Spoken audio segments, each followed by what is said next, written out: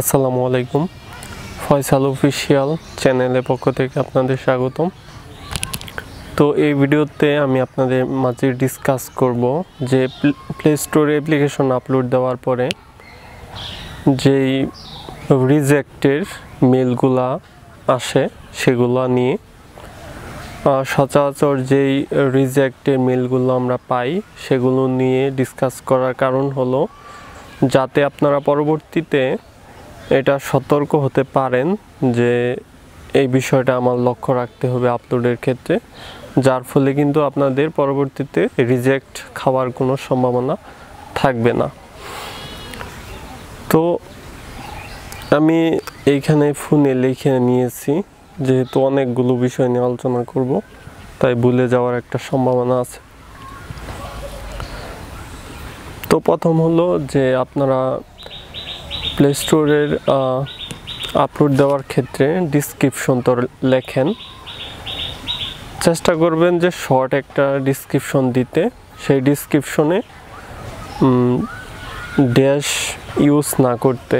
যদি ফুল ডিসক্রিপশনেও অতিরিক্ত dash use করেন, মানে ছোটো একটা টান, তো সেইটা যদি ওয়ার্ডের ভিতরে থাকে সেক্ষেত্রে কিন্তু সেই ডিসক্রিপশনে মেটাডাটার কারণে রিজেক্ট আসবে। তারপরে হলো যদি আপনারা কোনো ভিডিও প্লেয়ার অ্যাপ্লিকেশন তৈরি করেন, সেটাতে যদি ম্যানেজ এক্সটার্নাল স্টোরেজ ইউজ করেন, যেটা সাধারণত ভিডিও ডিলেটের ক্ষেত্রে বা কোনো ফাইলের রিনেমের ক্ষেত্রে ব্যবহার করা হয়, তো এর ফলে কি হবে, আপনাদের প্লে স্টোর থেকে একটা রিজেক্ট আসার সম্ভাবনা আছে। কারণ হলো যে অ্যাপ্লিকেশনগুলো অনেক ডাউনলোড হয়েছে সেগুলোতে সাধারণত এই পারমিশনগুলো দিয়ে থাকে। আমরা নর্মাল যে ডেভেলপারগুলো আছি সেগুলোর অতিরিক্ত ডাউনলোড না হওয়ার কারণে কিন্তু ম্যানেজ এক্সটার্নাল স্টোরেজের যে পারমিশনটা সেটা আমাদেরকে অ্যালাউ করবে না। আপনারা মিডিয়া স্টোরেজ অ্যাপে ইউজের মাধ্যমে সেই স্টোরেজ ডাটাটা ফাইল পিকারের মতো যে কোনো ভিডিও ফাইল স্টোরেজ থেকে পিক করে সেটা প্লে করতে পারেন, সেটা ফাইলও পিক করতে পারেন। তাহলে ফার্স্ট টাইম যদি ফাইলগুলো পিক করেন মিডিয়া স্টোরেজ অ্যাপের মাধ্যমে বা এসডিকের মাধ্যমে, তাহলে কিন্তু পরবর্তীতে সেই স্টোরেজগুলো ইজিলি ওই প্লেয়ারের ভিতরে অ্যাক্সেস করতে পারবেন। থার্ড, রিজেক্টের যেই বড় রিজন, আমার আগের মেলগুলো আমি চেক করে দেখতে পারছি সবচাইতে আমার এই মেলটাই রিজেক্টের মেলটাই বেশি আসছে। সেটা হলো অ্যান্ড্রয়েডের আইডি, আইএমইআই, তারপর বিএসএস আইডি, তারপর ম্যাক অ্যাড্রেস। তো এগুলো যদি আপনারা অ্যাক্সেস করে থাকেন, মানে অ্যাপের মাধ্যমে ইউজারের কাছ থেকে এগুলোর অ্যাক্সেস নিয়ে থাকেন বা ইনফরমেশন কালেক্ট করে থাকেন, তাহলে আপনাদের রিজেক্টের সম্ভাবনা আছে।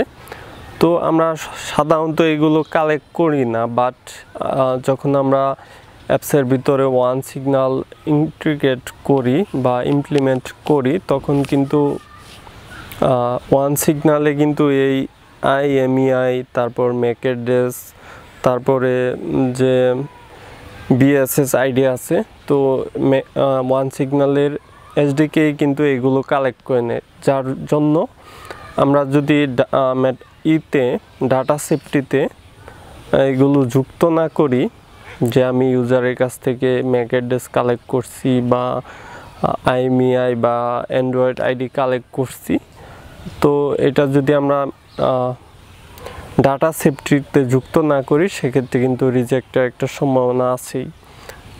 এই রিজেক্টের মেলটাই আমার সর্বাধিক আসছে আর কি। তো আপনারা যদি ওয়ান সিগন্যাল এসডিকে ইমপ্লিমেন্ট করেন সেক্ষেত্রে কিন্তু আপনাদের অবশ্যই ডাটা সেফটিতে আপনাদের এটা যুক্ত করে দিতে হবে।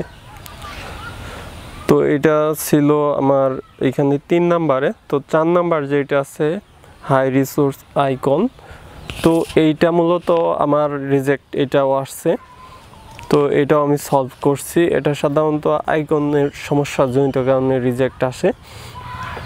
তো একটা আইকন আপনারা তৈরি করছেন, বাট সেই আইকনের চারপাশে যদি একটা ব্যাকগ্রাউন্ড ইউজ করেন, যেমন ব্লু বা গ্রিন বা ইয়েলো, যে কোনো একটা কালার যদি আপনার ইউজ করেন মানে আইকনের চারপাশে, তাহলে এই রিজেক্টটা আসতে পারে। বা আপনাদের যদি অ্যাপ্লিকেশনে আইকনের সাইজ অতিরিক্ত বেশি বা অতিরিক্ত ছোটো যদি ভালোভাবে আপনারা অ্যাপসে অ্যাপ্লাই না করতে পারেন, সেক্ষেত্রেও এই হাই রিসোর্স আইকনের যে সেটা আপনাদের আসতে পারে রিজেক্টের এটা।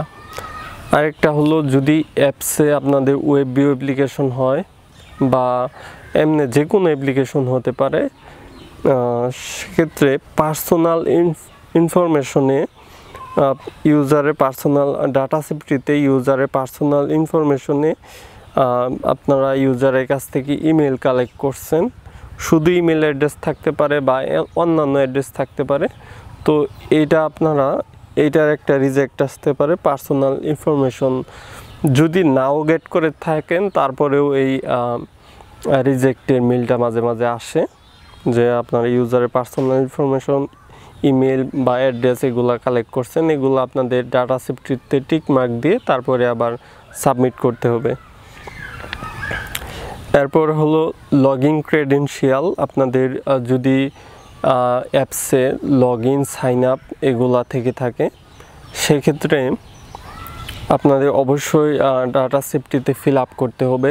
প্রথমে ডেমো একটা রেজিস্ট্রেশন করবেন, সেটা আপনাদের একটা ডেমো অ্যাকাউন্ট তৈরি করবেন। তো সেই ডেমো অ্যাকাউন্টের যে ইউজার আর পাসওয়ার্ডটা আছে সেইটা আপনাদের ডাটা সেফটিতে সাবমিট করতে হবে।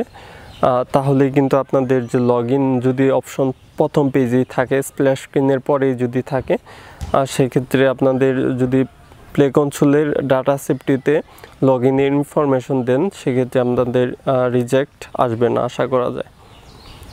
তো এটা 6 নম্বরে ছিল। 7 নম্বরে হলো অ্যাডস। তো আমরা সচরাচর অধিকাংশ অ্যাপসেই অ্যাডভার্টাইজ লাগাই, আবার কিছু ওয়েবসাইট আছে যে অ্যাডভার্টাইজ লাগাই না। এখন দেখা যায় ধরেন আপনার অ্যাপ্লিকেশনে অ্যাডভার্টাইজ আছে, কিন্তু আপনারা অ্যাপ্লিকেশন আপলোড দেওয়ার সময় আপনারা সিলেক্ট করছেন যে আপনাদের অ্যাপসে কোনো প্রকার অ্যাডভার্টাইজ নাই। পরবর্তীতে দেখা যাইতেছে যে এই কারণে আপনাদের রিজেক্টটা আসবে। তাই আপনাদের অবশ্যই এটা আপনাদের সঠিকটাই সিলেক্ট করে দিতে হবে। গুগলের যে টেস্টারগুলো আছে সেগুলো অবশ্যই ডিটেক্ট করতে পারে। যদি অনেক দিন আপনাদের এই অ্যাডভার্টাইজগুলো যদি আপনারা অ্যাডমিন প্যানেল থেকে কন্ট্রোল করেন, তারপরেও কিন্তু সেটা বুঝতে পারবে গুগল। যদি অনেক দিনের জন্য বন্ধ করে দেন, সেক্ষেত্রে অবশ্যই আপনারা এটা আবার আপডেট করে দিবেন কনসোলের ভিতরে যে অ্যাডভার্টাইজটা বন্ধ করে দিয়েছেন, বা চালু করলেও সেটা অ্যাডভার্টাইজটা যে অ্যাপসের ভিতরে আছে সেটা অবশ্যই আপনাদের ইয়েস করে দিতে হবে। আর অ্যাডভার্টাইজ না থাকলে অবশ্যই নো দিতে হবে। যদি এর ব্যতিক্রম করেন তাহলে কিন্তু অ্যাপস রিজেক্টের একটা মেল চলে আসবে। বা আপলোড দেওয়ার সময় আপনাদের এটা অবশ্যই লক্ষ্য রাখতে হবে। এরপরে আমার এখানে 8 নাম্বার যে রিজেক্টটা আসছে সেটা হলো violence of broken functionality privacy. তো এইটা হলো সাধারণত আমরা টুলবারে কোনো আইকন যুক্ত করি বা এমনি অ্যাপসের ভিতরেও কিছু ফাংশনালিটি থাকতে পারে, কিছু বাটন থাকতে পারে, যেগুলো আমরা ভাবি যে পরবর্তীতে এটাতে একটা কিছু অ্যাড করে নিব, বাট আপলোড দেওয়ার সময় কিন্তু সেটা ফাঁকা রেখে দেই। তো এই ফাঁকা রাখার কারণে যেটা হয়, আপনাদের টেস্টারে যখন সেখানে ক্লিক করে কোনো কিছু পায় না, তাহলে বুঝে যে এই অপশনটি বা এই বাটনটি হলো ব্রোকেন, মানে এটাতে কোনো কাজ হচ্ছে না। তার ফলে কিন্তু আপনাদের আপলোড দেওয়ার সময় অ্যাপটা রিজেক্ট আসতে পারে। তাহলে আপনি কি করবেন, যখন টুলবারে কোনো আইকন যুক্ত করবেন সেটাতে অবশ্যই লিসেন অ্যাড করবেন, সাথে টোস্ট শো করে দেওয়ার ট্রাই করবেন যদি কোনো কিছু অ্যাড না করেন। অথবা আপনারা ওইটাতে নতুন একটা অ্যাক্টিভিটি নিয়ে কিছু ইনফরমেশন লিখে দিতে পারেন যে ওই অপশনগুলোতে। বা এই ব্রোকেন ফাংশনালিটি প্রাইভেসির যে বিষয়টা আছে সেটা আরেকটা কারণে হতে পারে, সেটা হলো যে আপনাদের অ্যাপটা যদি বিগিনিংয়ে ক্র্যাশ করে, মানে ওপেনিংয়ে ক্র্যাশ করে, সেক্ষেত্রে কিন্তু আপনাদের এই ব্রোকেন ফাংশনালিটি প্রাইভেসির যে রিজেক্টটা সেটা আসতে পারে। তো এটা অবশ্যই আপনার লক্ষ্য রাখতে হবে আপনারা অ্যাপ্লিকেশন পাবলিশের ক্ষেত্রে। আমি এটা ফেস করছি হইলো এরকম এক জায়গায় কোনো ফাংশনালিটি দেই নাই, সেক্ষেত্রে আমার আসছে মনে হয়। না হলে আরেকটা বিষয়ের ক্ষেত্রে আসছিল, সেটা হলো যে ওয়ান সিগন্যালের অনেক ওল্ড একটা ভার্সন ইউজ করছিলাম, যে ভার্সনের ফলে এমনিতে নর্মাল ডিবাগ ভার্সনে আমার অ্যাপটা ভালোই চলছিল, বাট প্লে স্টোরে আপলোডের ক্ষেত্রে দেখা গেছে যে আমার অ্যাপটা আপলোড হওয়ার পরে টেস্টিংয়ের ক্ষেত্রে ক্র্যাশ হয়েছে, তার ফলে কিন্তু আমার এটা বারবার রিজেক্ট আসছিল। তো এইখানে 10 নম্বরে আমি কি লিখছিলাম, 10 নম্বরে কি লিখছিলাম ভালোভাবে বুঝতে পারতেছি না, তারপরেও যেটা মোটামুটি বুঝতে পারছি সেটা হলো যে আপনারা যদি করে থাকেন, মানে ইউজারের ইমেজ কালেক্ট করে থাকেন, রেজিস্ট্রেশনের ক্ষেত্রে হোক বা যে কোনো কাজেই হোক, তো ইউজারের ইমেজ যদি কালেক্ট করেন বা কোনো ডাটা একদম পিক করে পিডিএফ কালেক্ট করেন বা যে কোনো কালেকশনের যে বিষয়গুলো, অবশ্যই সেটা প্রাইভেসি পলিসির যে আছে, যে পেজটা আছে, সেটা গুগল সাইটের মাধ্যমে আপনারা করে থাকেন বা অন্য জায়গায় আপলোড দিয়ে সেটা লিঙ্ক দিয়ে থাকেন না কেন, তো প্রাইভেসি পলিসিতে অবশ্যই আপনাদের সেটা যুক্ত করে দিতে হবে যে ইউজারের কাছ থেকে আপনারা ইমেজ কালেক্ট করছেন, সেটা ডিটেল বলে দিতে হবে।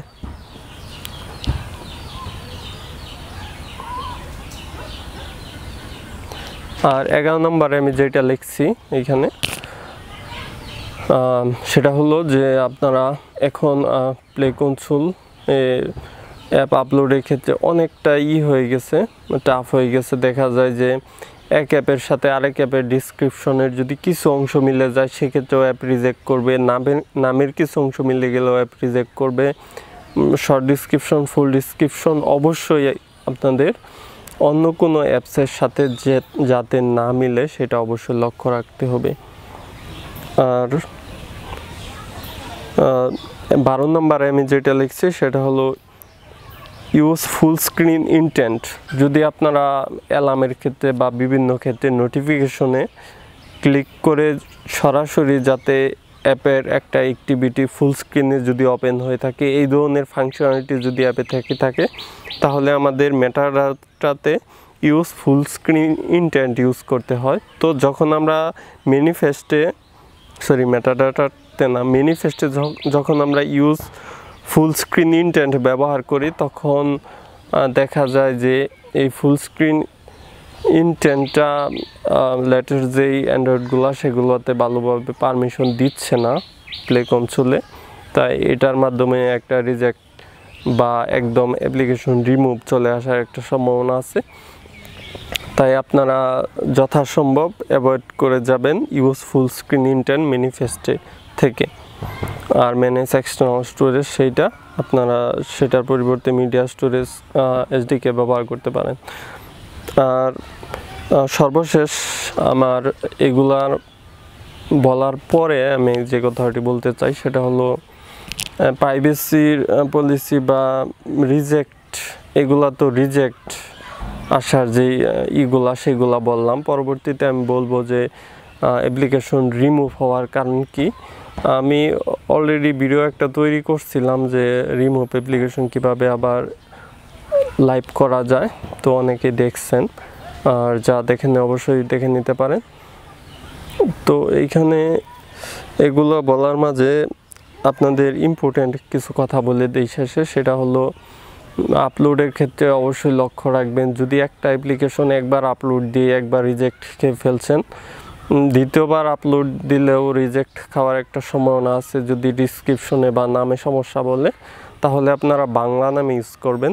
তো বাংলা নামে ইউজ করলে অধিকাংশ দেখা যায় যে একটার সাথে আরেকটা কম মিলে বা কম ডিটেক্ট করতে পারে, তাই আপনারা ডিসক্রিপশনে একটা লাইন বাংলা দিয়ে দিতে পারেন। নামের ক্ষেত্রে শর্ট মানে 2টা ওয়ার্ডের নাম যদি দেন, 2টাই বাংলা মেরে দিতে পারেন। অ্যাপটা লাইভ হয়ে যাওয়ার পরে পরবর্তীতে আবার সেটা এডিট করে নিতে পারেন, যার ফলে কিন্তু আপনারা রিজেক্টটা মূলত কোন জায়গা থেকে আসতেছে সেটা বুঝতে পারবেন। আর বর্তমানে তো খুবই ডেঞ্জারাস অবস্থা, 3বার যদি রিজেক্ট করে সেক্ষেত্রে সেই অ্যাপটা পরবর্তীতে আর লাইভ করতে পারবেন না।